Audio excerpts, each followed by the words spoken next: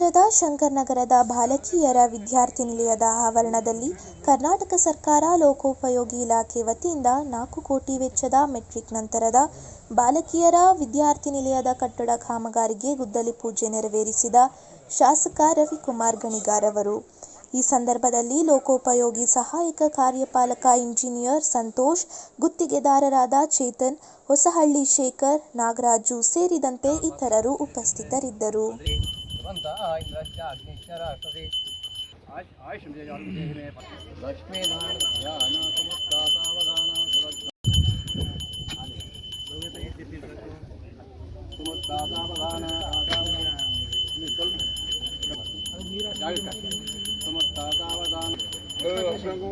Sweet ಕೊಡ್ತೀಯಲ್ಲ ಹಾಕ್ಬಿಡಿ full ಖಾಲಿ ಮಾಡಿ ಇದೆಯಾ ತಗೊಳಪ್ಪ ಆಯ್ತು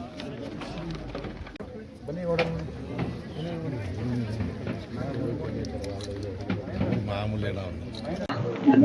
ಓಕೆ ಸರ್.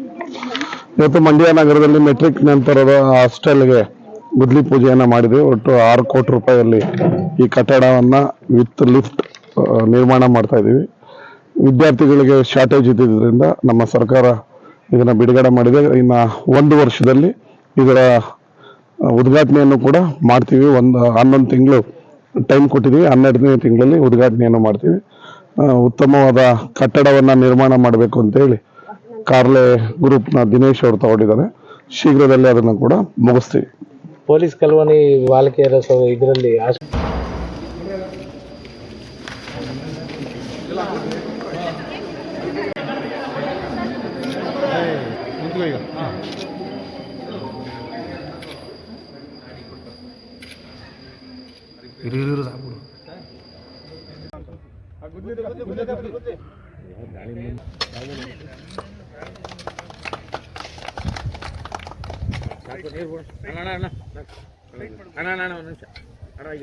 ಹಾಗಿದ್ರೆ ಸಬ್ಸ್ಕ್ರೈಬ್ ಬಟನ್ ಮೇಲೆ ಕ್ಲಿಕ್ ಮಾಡಿ ಹಾಗೂ ನಮ್ಮ ಹೊಸ ವಿಡಿಯೋಸ್ ಅಪ್ಲೋಡ್ಗೋಸ್ಕರ ಪಕ್ಕದಲ್ಲಿ ಕಾಣುವ ಬೆಲ್ ಬಟನ್ ನಮ್ಮೆಲ್ಲ ವಿಡಿಯೋಗಳನ್ನ ಲೈಕ್ ಮಾಡಿ, ಶೇರ್ ಮಾಡಿ ಹಾಗೂ ಕಮೆಂಟ್ ಮಾಡಿ.